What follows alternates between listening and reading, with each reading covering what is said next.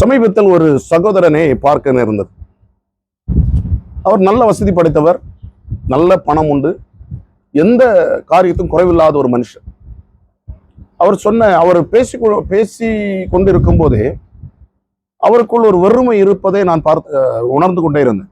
எல்லாம் இருக்கிறது, எனக்குள்ள ஒரு கேள்வி, இவருக்கு எல்லாம் இருக்கிறது ஆனால் வறுமை இருக்கிறது. அவர் பேசிக்கொண்டு இருக்கும் போதே நான் சும்மா அவருடைய கேள்வி கேட்கும்போது அவர் சொன்ன ஒரு வார்த்தை, எனக்குள் எப்பவும் ஒரு பயம் என்னை ஆட்டி படைத்துக் கொண்டே இருக்கிறது, வறுமை இருந்து கொண்டே இருக்கிறது, ஒரு சந்தோஷம் இல்லை.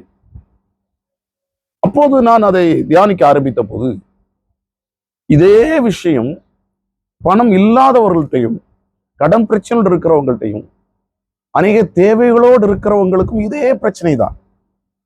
அவர்கள் இதே பயம்தான், இதே சமாதானம் இல்லாமை தான், இதே சந்தோஷம் இல்லாத அனுபவம் தான். அப்படியானால் நான் தியானித்த ஒரு காரியம், பணம் ஒரு மனுஷனுக்கு இருக்கிறதுனாலே அவன் அந்த பயத்திலிருந்து விடுதலை பெற்றுக்கொள்ள முடியாது. ஒருவேளை இல்லாமல் இருக்கிறதுனாலையும் அதிலிருந்து அது இல்லாமல் இருக்க வேண்டும் என்பது இல்லை. அப்படியால் இதற்கு உள்ளாக இருக்கிற வேற ஒன்று இருக்கிறது. நமக்குள்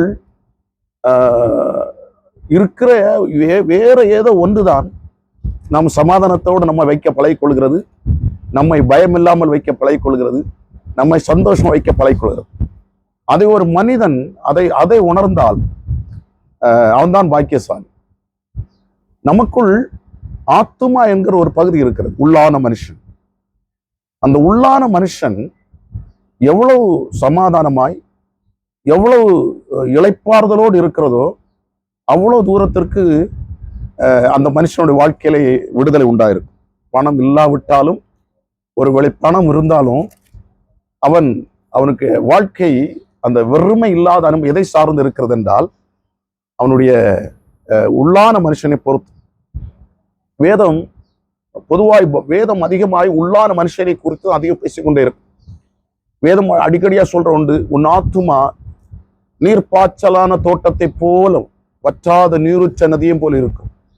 நம்முடைய ஆத்துமா எப்படி இருக்க வேண்டுமானால் நீர்ப்பாய்ச்சலான தோட்டத்தை போல் இருக்க வேண்டும், ஒரு வற்றாத நீருற்றாய் இருக்க வேண்டும். இது ஒரு அருமையான ஒரு வேத பகுதி. நம்முடைய ஆத்துமா நீர்ப்பாய்ச்சல தோட்டம் என்றால் உங்களுக்கு தெரியும், ஒரு தோட்டம் நீர்ப்பாய்ச்ச தோட்டம் இருந்தால் இந்த தோட்டம் எவ்வளவு அழகாக அருமையாய் அதே போல இருக்க வேண்டும். வற்றாத நீரூற்று, அந்த நீரூற்று எப்பவுமே அதுல இருந்து நல்லா ஒருவனுக்கு தேவையான நன்மையான ஒன்று வந்து கொண்டே இருக்கும், அதான் நீரூற்று. இந்த ரெண்டும் ஒரு மனுஷனுடைய ஆத்துமாவில் இருக்க வேண்டும். ஆனால் அதே நேரங்களிலே நம்முடைய ஆத்துமா பாழடைந்த அனுபவத்திலே காணப்படுகிறது. ஒரு மனுஷனுடைய அநேகருடைய ஆத்துமாக்கள் பாழடைந்த வெறுமையான வனாந்தரமான அனுபவம். வேதத்திலே வாசிக்கும் போது, எசேக்கியேல் 36ஆம் அதிகாரத்திலே வாசிக்கும் போது ஆண்டவர் சொல்வார், நான் பாழானதை ஏதேன் தோட்டத்தை போல மாற்றுவேன், பாழான ஸ்தலத்தை பயிர் நிலமாக்குவேன்.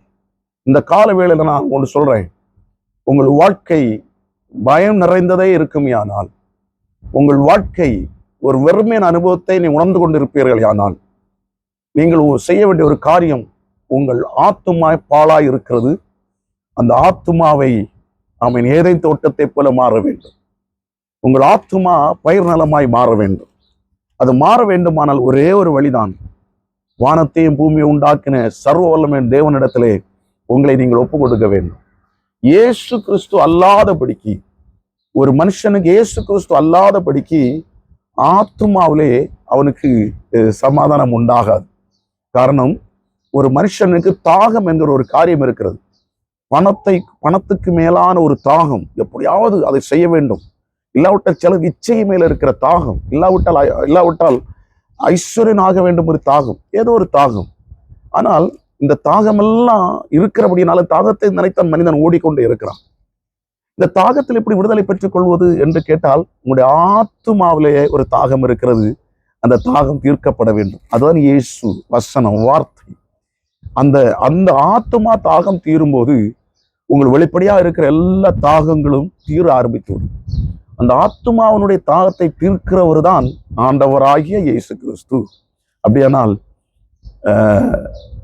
நீங்கள் இன்றைக்கு ஒருவேளை ஆண்டவர் அறிந்த பிள்ளைகளா இருக்கலாம், அறியாமல் இருக்க பிள்ளைகளா இருக்கலாம். உங்கள் ஆத்மா எப்படி இருக்கிறது என்று கவனித்து பாருங்கள்.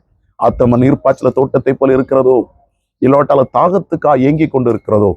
ஒரு தாகத்துக்காக ஏங்கி கொண்டிருக்குமே, ஆனால் இயேசு உள்ளே வந்து விட்டால், ஒருவேளை உங்கள் பாவம் இருக்க பாவத்தை மன்னித்து இயேசு உள்ளே வந்து விட்டால், உங்கள் ஆத்மா நீர்ப்பாய்ச்சல தோட்டத்தை போல மாறும். அது அரியருக்கு பிரயோஜனமாய் மாறும்.